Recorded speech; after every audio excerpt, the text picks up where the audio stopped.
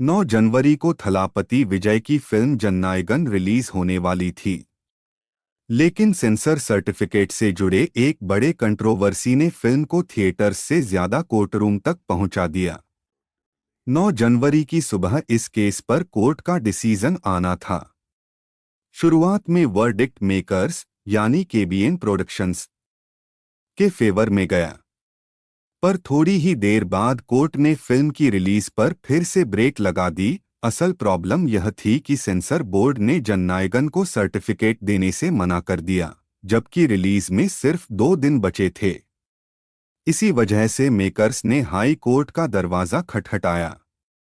7 जनवरी को Madras high court में justice PT आशा ने केस की हियरिंग की थी, लेकिन उन्होंने अपना फाइनल डिसीजन 9 जनवरी की सुबह तक रिजर्व कर लिया।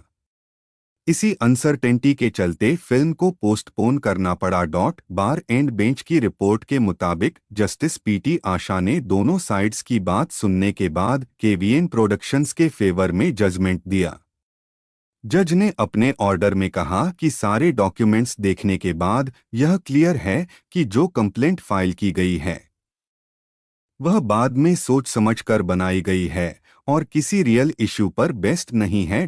यह भी सामने आया कि सेंसर बोर्ड की स्क्रीनिंग कमेटी के ज्यादातर मेंबर्स फिल्म को यूएस सर्टिफिकेट देने के लिए रेडी थे। हाँ, इस प्रोसेस में फिल्म में करीब 27 कट्स सजेस्ट किए गए थे, जो मेकर्स ने एक्सेप्ट भी कर लिए, लेकिन उसके बाद उन्हें बताया गया कि फिल्म को एक दूसरी कमेटी दोबारा चेक करेगी।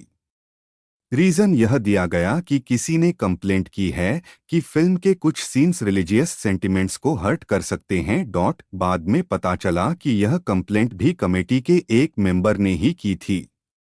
कंप्लेंट में यह भी मेंशन था कि फिल्म में आर्मी को सही तरीके से पोर्ट्रे नहीं किया गया। इस बात से मेकर्स काफी नाराज हो गए और इसी वजह से वह सीधा मद्रास हाई कोर्ट पहुंच गए।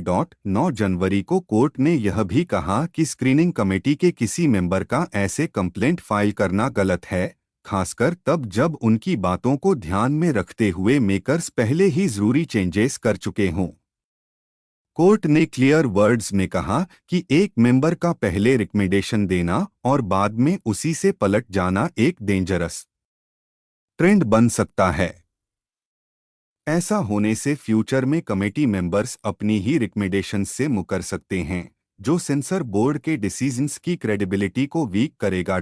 कोर्ट ने सेंसर बोर्ड को ऑर्डर दिया कि वह फिल्म को तुरंत यूएस सर्टिफिकेट देने का प्रोसेस स्टार्ट करे। इसके बाद बोर्ड की तरफ से इस डिसीजन के खिलाफ अपील की बात उठाई गई। जज ने कहा कि अपील तभी कंसिडर होगी जब उसे प्रॉपरली फाइल किया जाए। यह सुनते ही सेंसर बोर्ड ने उसी दिन कोर्ट के ऑर्डर के खिलाफ एक नई अपील फाइल कर दी और तुरंत हियरिंग की डिमांड की। बोर्ड का कहना था कि उन्हें अपना साइड रखने का मौका नहीं दिया गया और बिना उनकी बात सुने ही यूएस सर्टिफिकेट देने का ऑर्डर पास कर दिया गया। बोर्ड ने यह भी आर्ग्यू किया कि उनके पास फिल्म को दूसरी कमेटी के पास भेजने का अधिकार है। मेकर्स की तरफ से इस पर सवाल उठाया गया कि जब पहली कमेटी ऑलरेडी फिल्म देख चुकी है तो उसी कमेटी का एक मेंबर बाद में कंप्लेंट कैसे कर सकता है। इस पूरे मैटर पर चीफ जस्टिस ने दोनों साइड्स से क्वेश्चंस पूछे। उन्होंने कहा कि बिना सेंसर बोर्ड का साइड सुने ऐसा ऑर्डर देना सही नहीं है। साथ ही उन्होंने यह भी रिपीट किया कि मेकर्स को सेंसर सर्टिफिकेट मिलने से पहले फिल्म की रिलीज डेट अनाउंस नहीं करनी चाहिए थी। कोर्ट ने मेकर्स को यह भी कहा कि वह अपनी कन्वीनियंस के लिए उन पर प्रेशर न बनाएं और सिस्टम को अपने तरीके से काम करने दें।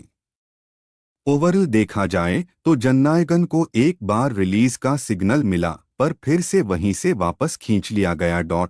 अब इस केस की नेक्स्ट हियरिंग 21 जनवरी को होगी। मतलब तब तक फिल्म के रिलीज होने के चांसेस लगभग नहीं के बराबर हैं। यह भी कहा जा रहा है कि मेकर्स इस मैटर को सुप्रीम कोर्ट तक ले जा सकते हैं। इस पूरे कंट्रोवर्सी में मेकर्स को काफी बड़ा फाइनेंशियल लॉस हुआ है। फिल्म पोस्टपोन होने की वजह से इंडिया और ओवरसीज मार्केट्स में की गई एडवांस बुकिंग्स का पैसा रिफंड करना पड़ा, जो रिपोर्टेडली ₹50 करोड़ से ज्यादा बताया जा रहा है।